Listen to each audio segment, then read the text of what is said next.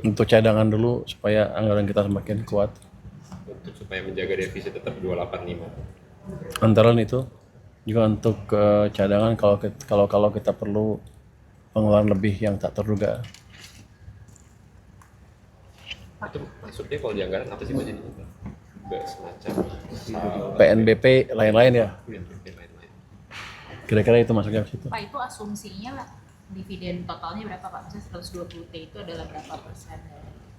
Boleh nggak? Itu ditentuinnya dari mana sih Pak? Sebetulnya bisa Itu saya mungkin nggak berani bicara itu 120. karena punya Pak Rosan. Kan kata Bapak lagi dibahas sama Danantara sama Pak Rosan, itu mungkin sampai saat ini bisa disampaikan? Nggak dibahas, sudah dipastikan, tinggal ditentuin kapan dia mengirim, itu aja. Itu kalau boleh tahu porsinya berapa sih Pak dari dividen? Boleh. Biar aja. Sekitar 120 triliun Itu tahun ini ya Pak ya? tahun ini. 120 triliun. Kalau untuk, Itu yang diputuskan oleh Presiden. oke. Kalau yang untuk tahun depan sudah ada pembicaraan? Belum, nanti tergantung kebijakan Pak Presiden. Tapi yang jelas itu kan bagus dan antaranya keuntungannya meningkat, fiskal juga secara nggak langsung diuntungkan. Kalau setahun-tahun sebelumnya saya cuma dapat 90 triliun dari dividen, kalau meningkat 120 kan bagus, meningkat malah. Jadi saya nggak rugi, pemerintah nggak rugi, sama juga pemerintah. Kok pendapatan nggak rugi malah nambah. Saya harapin ke depan untungnya lebih besar lagi.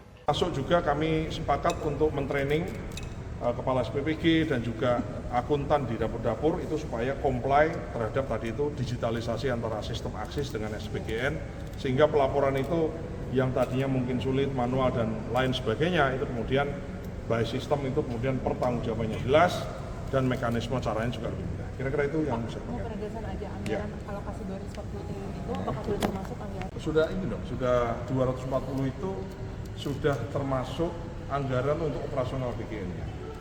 Jadi kalau nggak salah yang dialokasikan untuk operasional BGN itu sekitar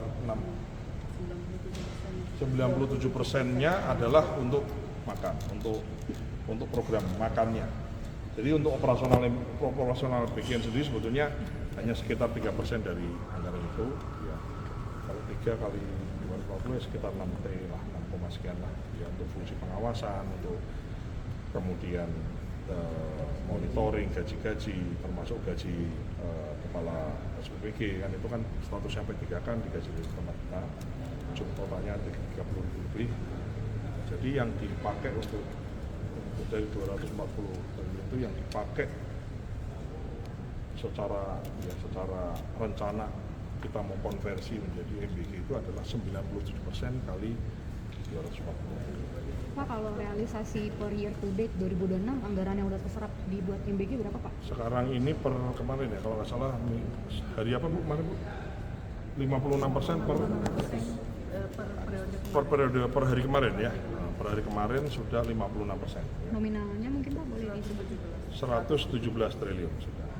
Pak, 117 triliun dari total anggaran 2026 itu berapa Pak? Total anggarannya kalau nggak salah kita 200 ya.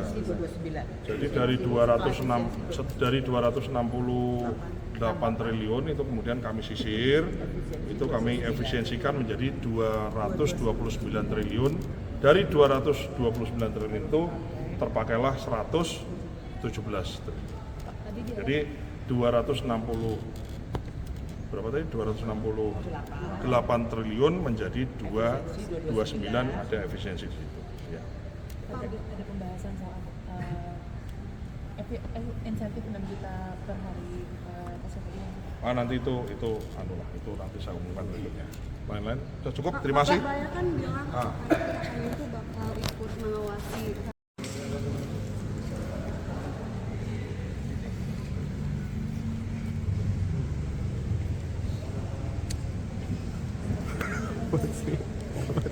Menghadap Pak Menteri Keuangan ya, dalam kaitannya banyak hal tentu saja karena memang ya, segala sesuatu program itu tidak bisa juga dilepaskan dari anggaran gitu ya. Beberapa hal yang tadi kami bicarakan dengan Pak Menteri Keuangan adalah terkait satu pelaksanaan MBG yang saat ini sudah berjalan, itu kami laporkan bahwa kami sedang bereskan semua dari 27.000 485 itu kemudian kami sisir, sudah kami buat surat penetapan SPPG. Jadi SPPG itu dia di mana melayani sekolah di mana aja itu sudah kami tetapkan 27.022. Sisanya ada 463 yang kami suspend dikarenakan itu profilnya tidak lengkap dan lain-lain. Kemudian kami temukan dari 463 yang kami suspend tadi ada 7 atau 17 ya Pak ya, yang semalam itu yang di Jakarta ada 7 ya, ada 7 ternyata dapurnya itu dapur yang sudah lama tidak beroperasi, ada juga dapurnya nggak ada gitu. Jadi ini kami kemudian kami exclude, kami bersihkan, kami suspend secara permanen.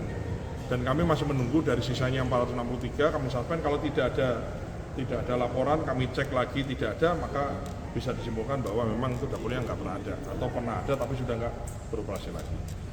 Nah itu tentu saja yang sudah berjalan ini menyangkut dengan penyaluran MBG, ya kan, setiap hari kita salurkan MBG, keperimaan, pelaporan, ini kami bicarakan dengan Pak Menteri Keuangan terkait juga bagaimana pelaporan keuangannya yang prima, kemudian connect antara sistem aksisnya di Kementerian Keuangan dengan SIPGN di tempat kita. Jadi ini intinya adalah yang tadinya manual-manual ini tidak boleh manual-manual lagi, tapi bagaimana caranya tim yang atau orang yang bekerja di lapangan di dapur itu kemudian dengan sistem dia bisa bekerja dan dipermudah untuk laporannya. Yang berikutnya adalah tentu saja kami membicarakan mengenai rencana pelaksanaan MBG di tahun 2027 ya, yang tentu saja Anda semua sudah tahu anggarannya sekitar 240 triliun dan ini kami sudah ada kenapa 240, bagaimana rencana dan lain-lain itu kemudian kami istilahnya brainstorming dengan Pak Menkeu.